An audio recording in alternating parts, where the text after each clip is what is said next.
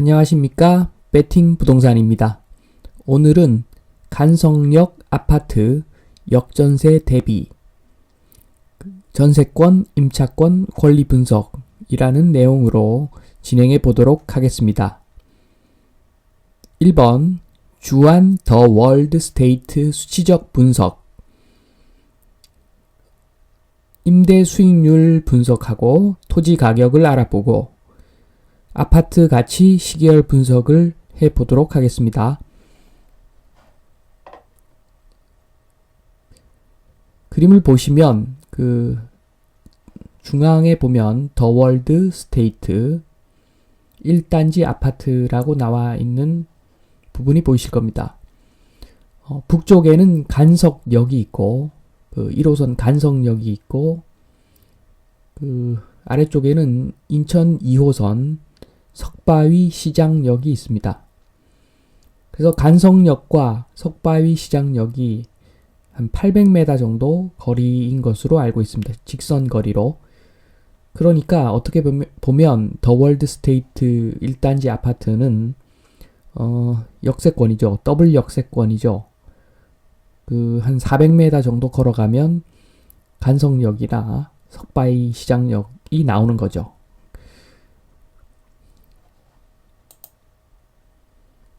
단지 정보입니다. 3158세대 총 37개 동이고 사용 승인일은 2008년 5월 28일이네요.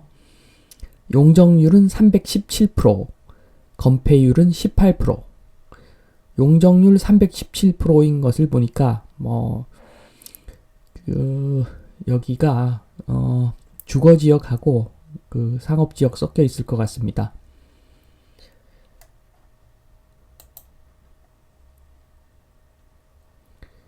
오늘 분석할 평수는 115 평방제곱미터, 115제곱미터죠. 이 평수를 선택한 이유는 거래가 제일 활발하더라고요. 그리고 일반적인 평수고, 그래서 선택을 했는데 매매가를 보면 최근에 매매가가 최고 실거래가가 5억 9,300, 그 다음에 최저 실거래가가 4억. 그렇게 시세가 형성되어 있습니다. 조금 이것도 이상하죠. 4억과 5억 9,300. 이게 엄청난 차이인데, 거의 50% 가까이 비싼 가격이죠. 최저 실거래가 대비 최고 실거래가가. 이게 조금 찝찝한 부분이 있을 것 같아요. 이 매물을 접근하시는 분들은. 그리고 밑에 보면, 매가 대비 전세가가 한 78% 선에서 형성되어 있다고 하는데, 이 부분이 이제 검증을 해봐야 될 부분이겠죠. 그리고 전세를 보면, 전세 실거래가를 보면, 최고 가격이 4억 1천만원, 최저 실거래가가 3억 3,600만원. 매매가보다는 차이가 크지 않지만 전세가도 좀 편차가 크네요. 그런데 아무래도 내부를 공사를 어떻게 했느냐에 따라서 조금 달라질 수는 있습니다. 전세가 같은 경우에. 그런데 매매가 같은 경우에는 기본적으로는 아파트는 돈다발이라고 말씀드렸잖아요. 같은 평수면 거의 같은 화폐이기 때문에 매매가는 이렇게 차이가 나면 안 되는 거죠. 수리를 했다고 그래도 가장 큰 비용을 차지하는 부분이 베란다 공사일 겁니다. 그렇게 해봤자, 베란다 공사를 해봤자 3, 4천 차이겠죠. 아무리 고급스럽게 해도 3, 4천 차이가 날 것 같은데 이 부분은 좀 과한 것 같습니다. 매매가의 차이는. 그 다음에 월세입니다. 월세는 지금 보니까 최근 거래가 최고가가 4천에 120이네요. 소개되어 있는 일반적인 가격이 4천에 100에서 115니까 아주 크게 벗어나지는 않은 것 같습니다. 적용 실거래가 4천에 120을 적용하였습니다. 이렇게 해서 그 수익률을 한번 계산을 해보니까 여기는 뭐 임대소득세, 종합소득세, 종합부동산세가 없죠. 이런 것이 없다 보니까 지금 그 4천에 1억, 그 4천에 120만원, 보증금 4천에 월세 120만원, 그 다음에 매매 금액 5억 9,300, 뭐 최고가를 적었습니다. 월세든 매매 금액이든 최고가를 적었는데, 그렇게 적용을 해보니까 그 임대 수익률이 2.21%가 나오네요. 뭐 최근에 계산했던 서울이나 여타 지역에 비해서 수익률이 괜찮은 편으로 보입니다. 그만큼 그 더블 역세권의 실수요자가 많다는 이야기죠. 이 앞에 다시 보시면 보통 요즘 월세 거래가 100% 신고는 다 되지는 않기 때문에 일반적으로 월세가 작게 잡히긴 하지만 적게 잡히기 때문에 지금 보시면 2021년 2월, 1월, 그 다음에 2020년 11월, 10월, 9월, 8월 거의 매달 월세 계약이 뭐 한두 건씩 있는 거죠. 그러니까 실제로는 월세 계약이 이보다는 더 많을 것이고, 이 정도면 사실 월세 거래가 활발한 지역 같습니다. 그만큼 실수요가 있다는 이야기죠. 뭐 예전에 봤던 그 동탄이라든가 이런 데는 보면 실수요가 그렇게 많지는 않은 것 같은데, 현재 요 인천 지역의 그 간석역 인근에 이 주안 더 월드 스테이트는 이 실수요가 많은 아파트로 보입니다. 그리고 그만큼 수익률도 좋아서 2.21%. 물론 이게 절대적으로 봤을 때는 저는 한 거의 4% 가까이 이렇게 나와야 된다고 보는데, 지금 제가 수익률 좋다고 말씀드린 것은 최근에 뭐 그 부동산이 과열이죠. 특히나 아파트는 너무 과열이라서 거의 2배, 가치 대비 뭐 2배 이상 다 가격이, 매매 금액이 높은 상황이죠. 그런 상황에서 보통 1% 미만으로 수익률이 떨어지는데, 여기는 2.21%. 최근 그런 경향을 감안했을 때 2.21%가 뭐 훌륭하다는 것이지, 절대적으로 이게 높다는 것은 아닙니다. 또 이런 지역은 또 서울이 아니기 때문에, 서울 같으면 뭐 2.21%, 좀 약간 수익률이 좀 안 좋지만 뭐 감소하고 가자 이럴 수 있는데, 이 지역은 땅값이 그렇게 올라가는 지역이 아니라서 2.21%는 만족스러운 그 임대 수익률은 아닙니다. 그 다음에 토지 가격을 보면 밑에만 보시면 됩니다. 위에는 그 비교 대상이고, 대상 물건을 보면 지금 평수가 35평, 그 다음에 토지 면적으로 보면 11평 정도 지분이 있을 것으로 추정이 됩니다. 뭐 등기 때 보면 아마 거의 비슷할 겁니다. 그래서 11평으로 5억 9,300을 나누면 평당 가격이 5,300만 원이 나오네요.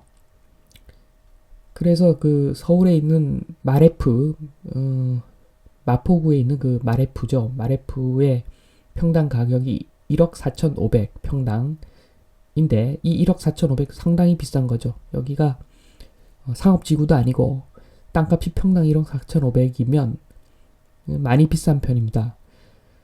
그래서 이게 뭐 제가 봤을 때는 한 반 정도 떨어져야 될 것 같은데, 한 7, 8천 정도 평당 그렇게 되면 될 것 같은데, 마레프도 비싸다고 말씀드렸었죠. 그래서 그것과 비교해 봤을 때 서울도 아닌 그 간석역 일대의 그 토지 가격이 평당 5,300이면 아주 많이 비싼 것으로 보입니다.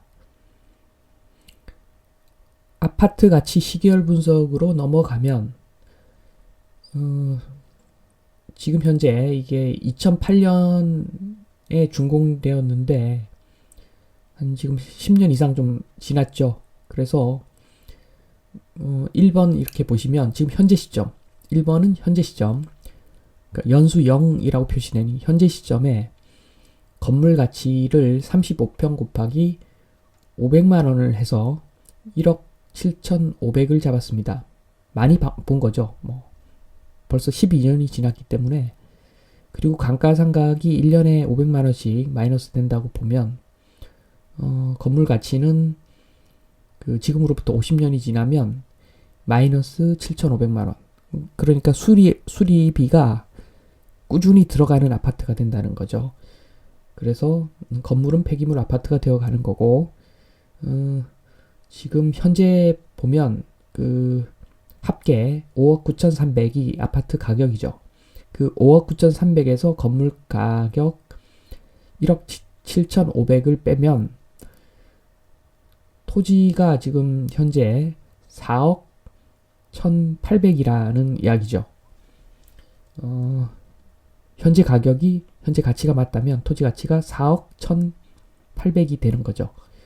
그러면 이 대지 지분이 11.1평이니까 한 평당 3,800 정도 이렇게 되는 거죠. 현재 시점에서. 이게 정확한 뭐 토지 가격인데 3,800 좀 비싸다고 저는 봅니다. 개인적으로는. 어쨌든 이 형태로 해서 토지 가치는 그 인플레이션 고려해서 1년에 2%씩 그 가치가 상승한다고 가정을 하면 50년 지나면 토지 가치가 10억이 되겠죠. 11억 정도 되겠죠. 요렇게 해서 일단 그래프를 그려보면 다음과 같이 나옵니다. 그 빨간색 부분이 건물 가치죠. 건물 가치는 쭉 하락을 할 것이고, 파란색이 토지 가치죠. 토지 가치는 상승을 쭉 하겠죠. 그 인플레이션이 한 연 2% 정도 된다고 가정을 하면, 사실은 많이 본 겁니다. 최근에 인플레이션이 물가 상승이 한 매년 0.5%, 1% 미만이니까 그 좀 많이 본 거지만, 어쨌든 2%를 가정할 때 그 파란색과 같이 토지 가격이 쭉 올라가죠. 그러면 합계는 초록색이죠. 초록색.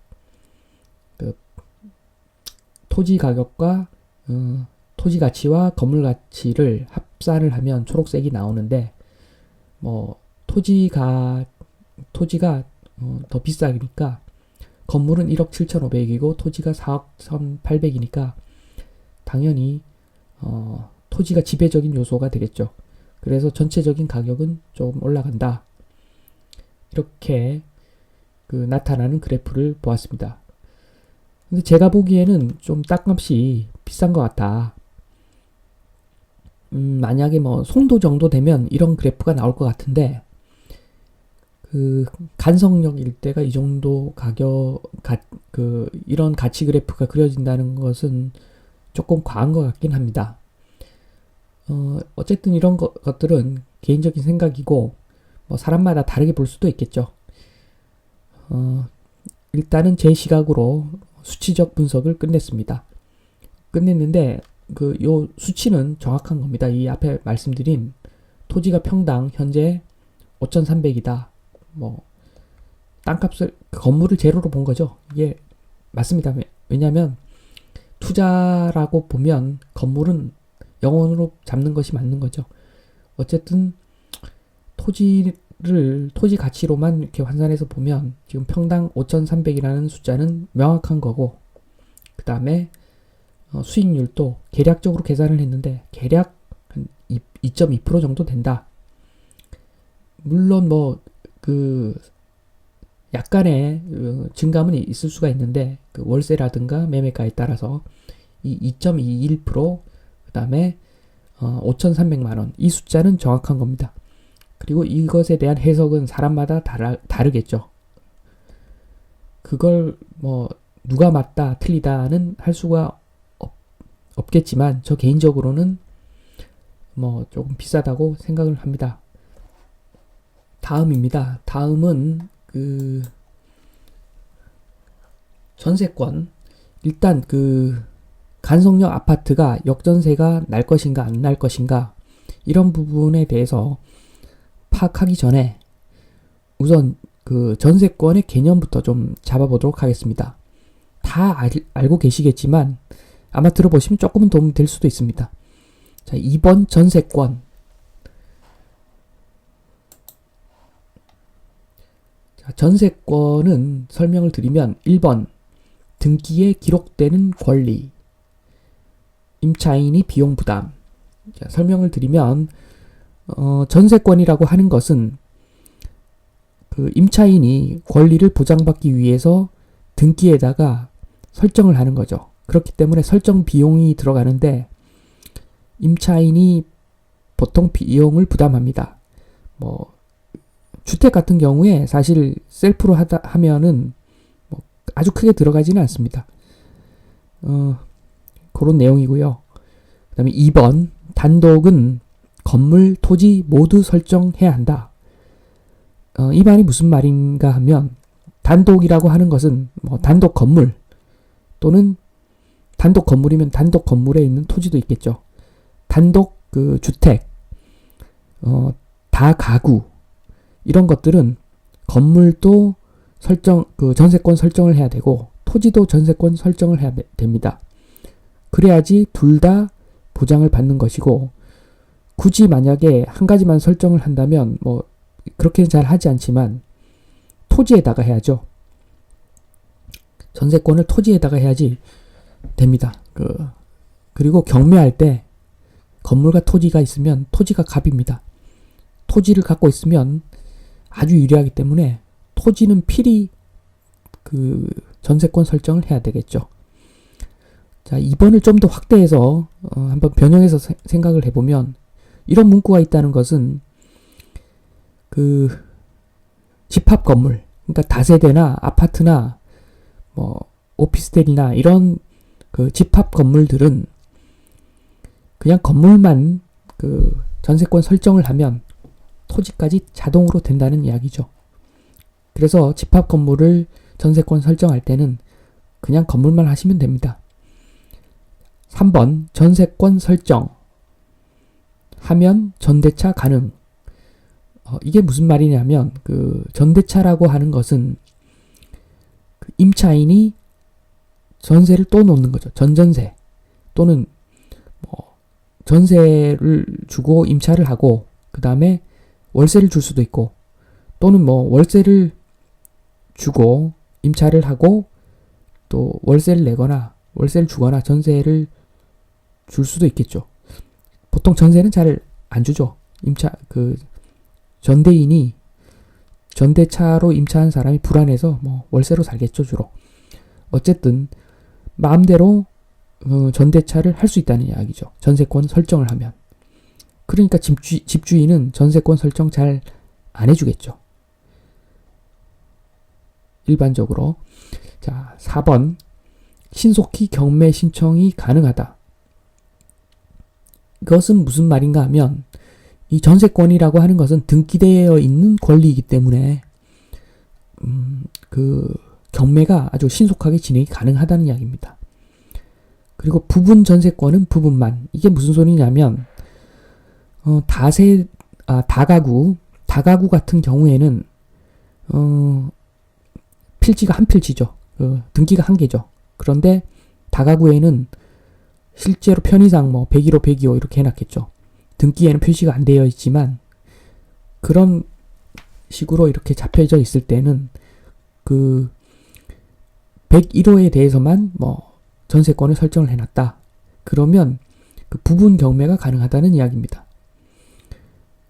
그렇게 부분 경매가 되면 물건 가치가 팍 떨어져 버리겠죠. 뭐 그리고 5번 선순위 전세권. 이 선순위 전세권은 무슨 소리냐면 이게 경매할 때 이렇게 잘 나오는 이야기인데 그림을 한번 보겠습니다. 그러니까 등기부 등본의 권리 관계를 요약해서 보면 자 1번부터 5번까지 만약에 있다. 전세권이 50원 잡혀져 있고 그 다음에 근저당이 10원 잡혀져 있고 가압류가 10원 잡혀져 있고 그 다음에 근저당이 30원 잡혀져 있고 그 다음에 가등기가 2번 잡혀져 있고 만약에 이런 식으로 이제 등기일 때 보니까 이렇게 되어 있다 라고 했을 때, 좌측에 낙찰 금액이 70원이면 그 전세권자가 50원을 다 일단 가져갑니다. 이게 흡수 배당이라 그러죠. 그러니까 50원이 있으면 50원을 다 받기 전에는 2번 밑으로 안 내려가는 거죠. 그러니까 말만 기억해 놓으시면 될 것 같습니다. 흡수 배당, 전세권 흡수 배당 70원 중에서 50원 다 가져가고, 근저당도 흡수 배당입니다. 남은 20원 중에서 10원을 가져가고, 그러면 1번, 2번 해서 60원을 가져갔기 때문에 나머지 10원이 남는데, 3번 가압류 같은 경우에는 안분 배당이라고 그러죠. 이 10원이 잡혀져 있어도 이 10원을 다 받는 것이 아니라 4번 근저당권자하고 나눠 갔겠죠. 나눠 갔습니다. 이런 내용이 있다라는 것만 기억해 두시면 나중에 도움될 수도 있습니다. 어쨌든 그것까지만 기억해 두시고, 그 다음 우측을 보면 낙찰이 만약에 40원에 되었다라고 하면 전세권이 흡수 배당이긴 하지만 40원만 받아가는 거죠. 40원만. 그러니까 경매 신청을 해서 배당을 받아버리면 경매 신청을 해서 배당을 받아버리면 지금 전세권자가 50원을 받든 40원을 받든, 만약에 40원을 받으면 10원을 못 받는데, 이렇게 부분적으로 배분을 받더라도 소멸되죠. 이 권리가 소멸된다는 겁니다. 그러니까 케이스 1번과 케이스 2번, 자, 전세권으로 경매를 배당 신청을 했다 라고 할 경우에는 40원을 받든 50원을 받든 관계없이 내 권리가 끝나는 겁니다. 전세권자 입장에서는. 그 다음에 2번 케이스, 전세권자가 배당 신청을 하지 않을 경우, 그때는 낙찰자가 이 권리를 인수해야 됩니다. 낙찰자가 인수한다는 그 말은 무슨 말이냐면, 전세권자에게 50원을 주지 않으면 전세권자가 계속 살면 됩니다. 버티기면 됩니다. 그래서 전세권을 설정을 해둔 그 세입자는 배당 요구를 안 하는 것이 일반적으로 유리합니다. 그 내용만 좀 기억해 두시고 무작정 배당 신청하시면 안 됩니다. 그리고 여기서 한 가지 더 볼 것은, 자, 낙찰 금액이 40원이라고 해서 또는 낙찰 금액이 70원이라고 해서 이 70원이나 40원 다 이렇게 배당으로 떨어지는 게 아니라, 여기 만약에 숨겨져 있는 최우선 변제권이 있습니다. 그건 다음에 제가 한 번 더 말씀드리겠습니다. 그 최우선 변제권이 혹시나 있다면, 보통 노임이라든가, 그 다음에 저가의 임차권이라든가, 이런 것들은 최우선이라고 해서 먼저 가져가 버리니까, 그렇기 때문에 더더욱 전세권 설정자는 배당 요구를 하면 안 됩니다. 선순위일 경우에. 요까지 정리를 하고, 그 다음으로 넘어가서 3번 임차권 들어가겠습니다. 자, 임차권은 1번 계약서 플러스 전입 플러스 점유가 되면 최우선 변제 가능하다. 물론 이 최우선 변제에는 조건이 좀 있겠죠. 금액이 시도별로 그 금액 범위가 정해져 있습니다. 받을 수 있는 금액, 얼마까지 받을 수 있는 금액, 그 다음에 대상 금액, 얼마 이하, 이런 식으로 정해져 있는데, 그 조건을 충족한다면 최우선 변제가 가능하다는 이야기죠. 그러니까 선순위가 아니더라도 보호를 받는다는 이야기죠. 보증금이나 월세가 약할 경우에 가능한 이야기죠. 그리고 여기서 제일 중요한 것은, 임차권이라는 권리는 계약서 플러스 전입 플러스 점유, 요 세 가지가 모두 충족되어야지 권리를 주장할 수 있는 겁니다. 자, 계약서 당연히 쓰겠죠. 잘 들고 계셔야 되고, 또는 부동산에서 들고 있겠죠. 계약서가 있어야 되고, 그 다음에 전입 신고를 해야 되고, 그 다음에 점유, 거기서 실제로 살아야 되고, 그런 조건을 충족해야 됩니다. 자, 그리고 점유 혹시나 실제로 살지 않더라도 이거 점유를 증명하기가 쉽지가 않습니다. 그냥 집만 몇 개 갖다 놓고 살다가 장기 여행 갔다. 그래도 점유죠. 그래서 웬만하면 임차권은 다 성립이 되죠. 애지간하면. 2번 확정일자. 이건 뭐냐면 전입신고할 때 보통 확정일자도 같이 받는데 안 받는 경우도 있습니다. 이 확정일자를 받으면 경매 진행할 때 배당 신청을 하지 않습니까? 배당 신청을 하면 우선 배당 기준이 되는 거죠. 그러니까 만약에 내가 선순위 임차권을 확보하고 있는 사람이다. 그러니까 전입신고가 근저당보다 빨랐다. 그래서 내가 권리를 갖고 있는데 확정일자를 받지 않았다. 그래서 경매 신청을 하면 근저당이라든가 다른 권리들이 우선 변제를 받고 그리고 나중에 이 임차권에 대한 배당을 받는 것이죠. 그렇지만 이 경우에는 전세권과는 달리 임차된 보증금이나 보증금에 대해서 전액을 변제받지 않으면 임차권은 소멸되지 않습니다. 전세권과는 달리 임차권은 소멸되지 않기 때문에 확정일자를 사실 안 받아도 큰 문제는 없지만 일반적으로 받는 게 낫겠죠. 그러니까 임차권이 선순위일 경우에 만약 임차권이 후순위라면 확정일자를 무조건 받아야 됩니다. 자, 3번 단독일 경우에도 건물, 토지, 올 권리 확보. 자, 이것은 무슨 말이냐면 앞서 전세권은 만약에 단독주택이다. 그러면 토지도 전세권 설정해야 되고 건물도 전세권 설정을 해야 되는데 이 임차권이라고 하는 것은 그냥 전입해서 전입신고만 하면 건물, 토지, 올 권리를 확보한다. 좋죠. 임차권 참 좋습니다. 그러니까 전입신고는 무조건 해야 됩니다.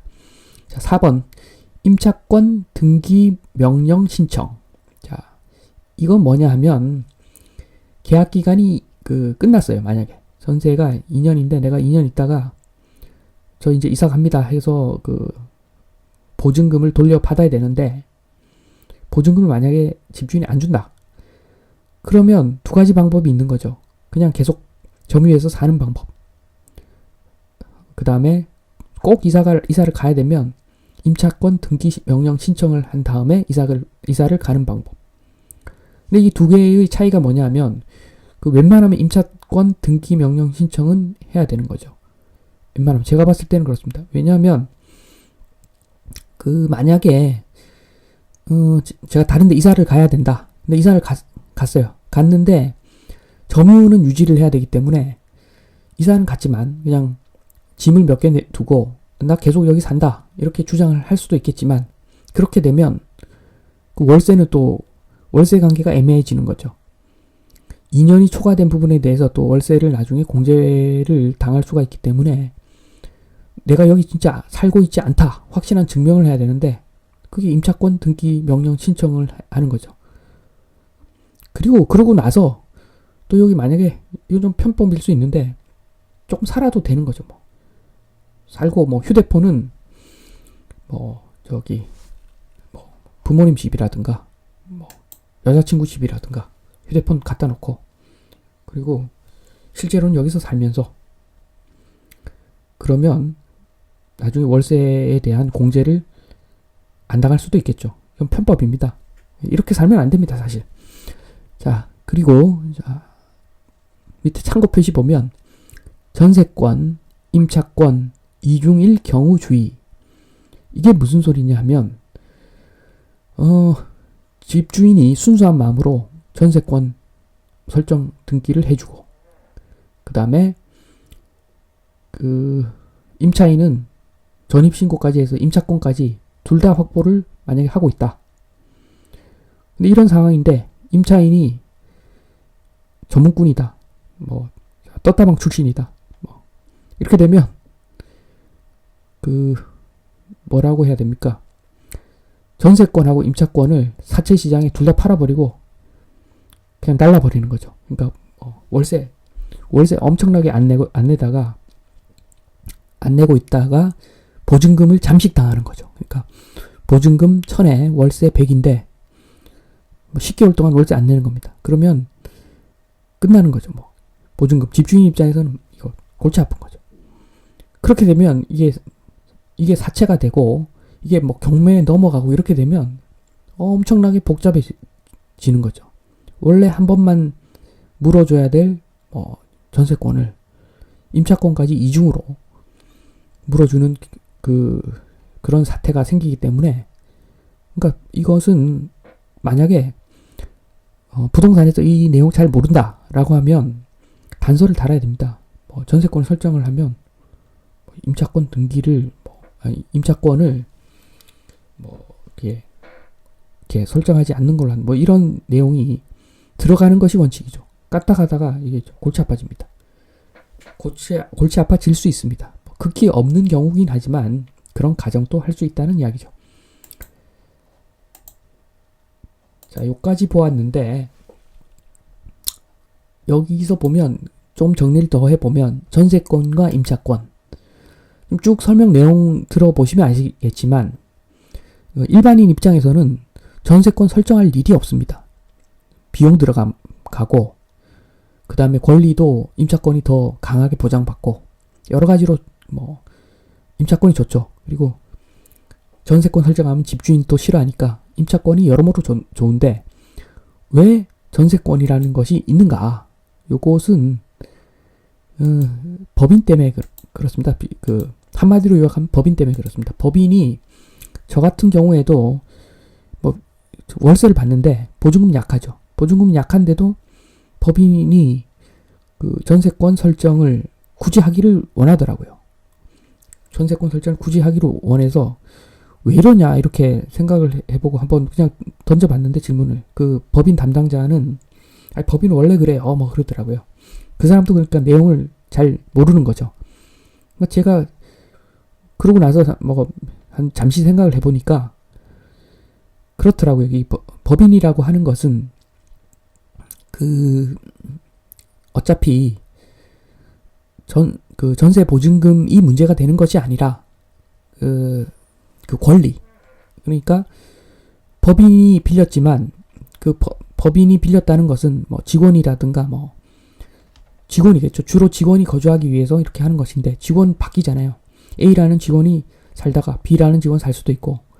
근데 이걸 전세권 설정을 안 해놓으면 조금 골치 아파지겠죠. 전세권 설정을 하면 전대차도 가능하기 때문에 그런 어떤 권리관계가 명확해지는데 이 전세권 설정을 안 해놓으면 조금 머리 아픈 집주인을 만나면 골치가 아플 수 있다는 이야기죠. 왜 사람이 바뀌냐 이렇게 해서 계약 해제를 하자 등등 골치 아픈 일이 생기기 때문에 그래서 전세권이 저는 있다고 봅니다. 다른 이유는 잘 모르겠어요, 사실. 거기에 또는 개인인데 전입신고가 좀 어려운 사람이 있을 수도 있겠죠. 그런 경우에만 한정적으로 전세권을 설정을 하는 것이라고 봅니다. 자, 전세권 존재의 이유에 대해서 말씀을 드렸고, 자, 마지막으로 4번. 주한 더 월드 스테이트 임차인 주의사항. 자, 임차인이 왜 주의를 해야 되냐? 다시 한번 간성역 시세를 좀 봐야 되겠습니다. 간성역의 시세를 좀 더 보면 지금 매매가죠. 매매가가 5억 9,300에서 4억. 이건 실거래가가 이렇습니다. 근데 임차인 입장에서 이게 5억 9,300인지 4억인지 어떻게 알겠습니까? 저도 모릅니다. 저도. 아파트는 돈다발이기 때문에 이게 화폐라서 저도 모릅니다. 이거 5억 9,300인지 4억인지 어떻게 알겠습니까? 내일 이게 10억이 될지 내일 1억이 될지 누가 알겠습니까? 정말 모릅니다. 그렇지만 이게 평균적으로 봤을 때는 쭉 거래되던 가격이 보통 그 가격이에요. 이게 지금 최근에 팍 뛰었지 않습니까? 이거는 상당 부분 그냥 밑으로 내려간다고 보시면 됩니다. 화폐가 똥이 된다? 말도 안 되는 소리입니다. 화폐가 똥이 되면 다른 화폐가 나옵니다. 다른 화폐가 폭등하는 것이지 가상화폐 같은 게 그 화폐가 없어질 확률도 거의 없고, 그렇기 때문에 이것은 5억 9,300이라기보다는 4억으로 봐야 됩니다. 왜냐하면 예전에 보면 뭐 3억대 거래가 되던 물건이기 때문에 이게 많이 봐도 한 4억 봐야 되는데 5억 9,300으로 인식하고 임차를 할 경우가 문제가 생기는 경우죠. 일단은 매매가가 4억이라고 봐야 됩니다. 임차인 입장에서 내가 임차인이다. 그러면 매매가 4억이구나. 이렇게 봐야 됩니다. 이럴 때는. 그리고 전세가는 이건 시세겠죠. 이게 집이 없으면 꼭 내가 여기를 임대를 해야 되는데 한 건도 없다. 그러면 4억 천에다가 4억 천으로 뭐 전세 받아야죠. 어쩔 수 없는 겁니다. 근데 궁극적으로는 전세 제도가 사라질 것이고, 제가 보기에는 이게 매매가가 4억이면 전세가는 4억 천이 맞습니다. 원래라면. 왜냐면 집주인은 세금 내죠. 여러 가지로. 근데 전세를 들어가서 사는 사람은 전혀 세금을 안 내죠. 그래서 4억 천 내고 살아야죠. 1,000만 원은 뭐냐? 4억 천도 싸죠, 사실. 세금 다 내고, 그러니까 뭐 재산세 내고, 그 물건을 들고 있다는 것 자체가 손해잖아요. 4억 천에 이렇게 산다면 전세권자가 이게 개이득이죠.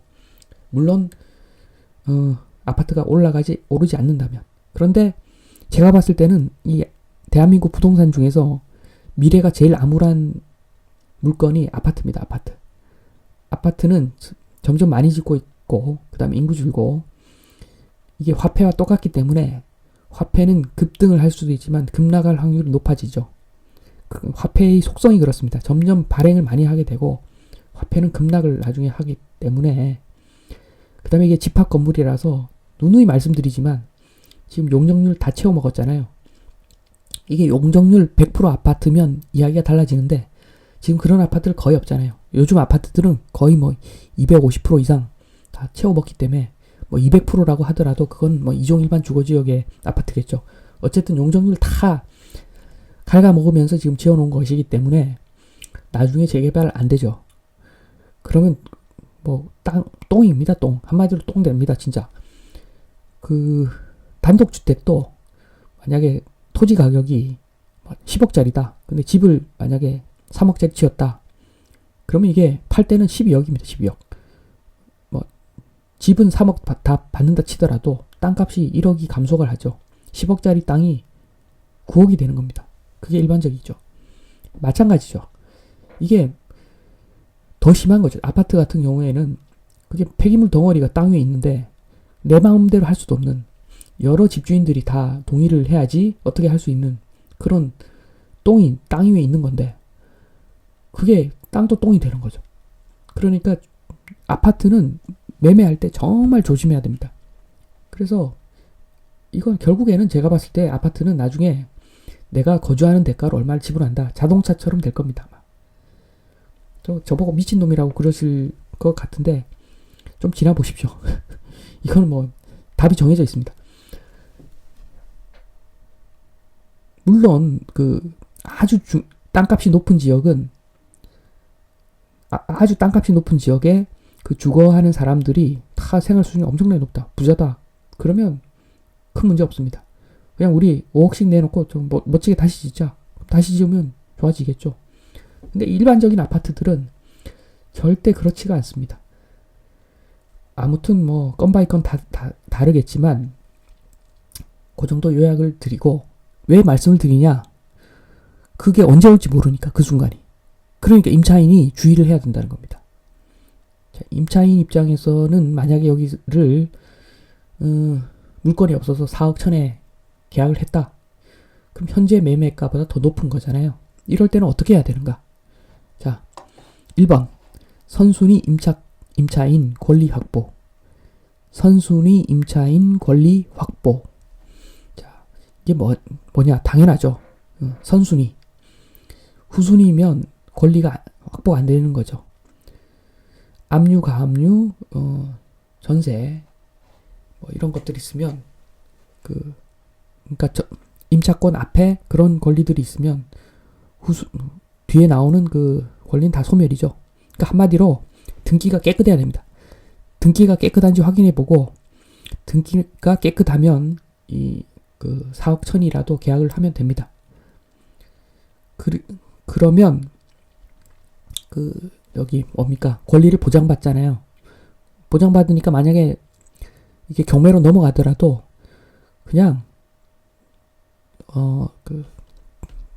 배당 신청을 하지 않고 그냥 살면 됩니다. 그러면 4억 천에 그냥 계속 살면 되니까 큰 문제가 없죠. 이렇게 될 때는 깨끗하면, 등기가 깨끗하고 내가 선순위로 전입 신고를 하면. 근데 만약에 그게 안 된다. 후순위일 경우는 어떻게 해야 되나?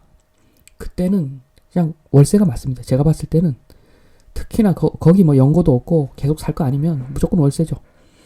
월세가 맞고, 그게 아니냐면 또 반전세. 요거는 계산을 한번 해봐야 됩니다.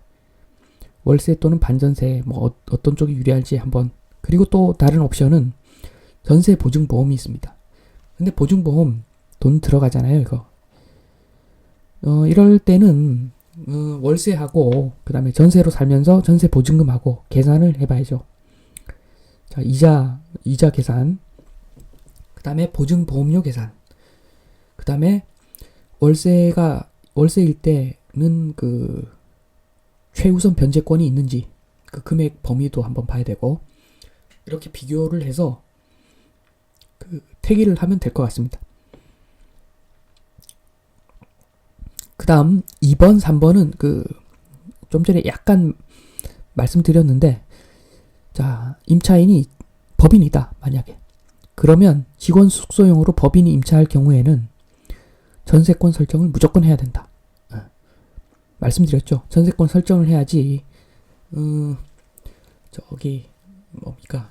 전대차 권리가 확보가 되니까 전세권 설정은 애지간하면 해 두는 것이 맞다. 그 다음에 3번. 법인 직원은 전입신고. 요것은 최근에 나온 규정이죠.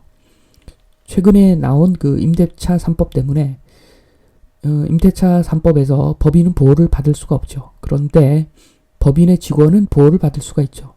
전입신고를 하면. 요까지 기억을 해 두시고, 일단은 간성역 아파트 역전세 대비 전세권, 임차권, 권리 분석에 대해서 1차적으로 말씀을 드렸는데, 조금 아쉬운 경향이 좀 있습니다. 전세권, 임차권, 사실 말씀드린 이 항목들이 좀 더 복잡하고 더 살펴보아야 할 점이 많은데, 지금 개론적으로만 말씀을 드렸기 때문에 제가 2부에서 좀 더 자세하게 한번 짚어드리겠습니다. 마치겠습니다.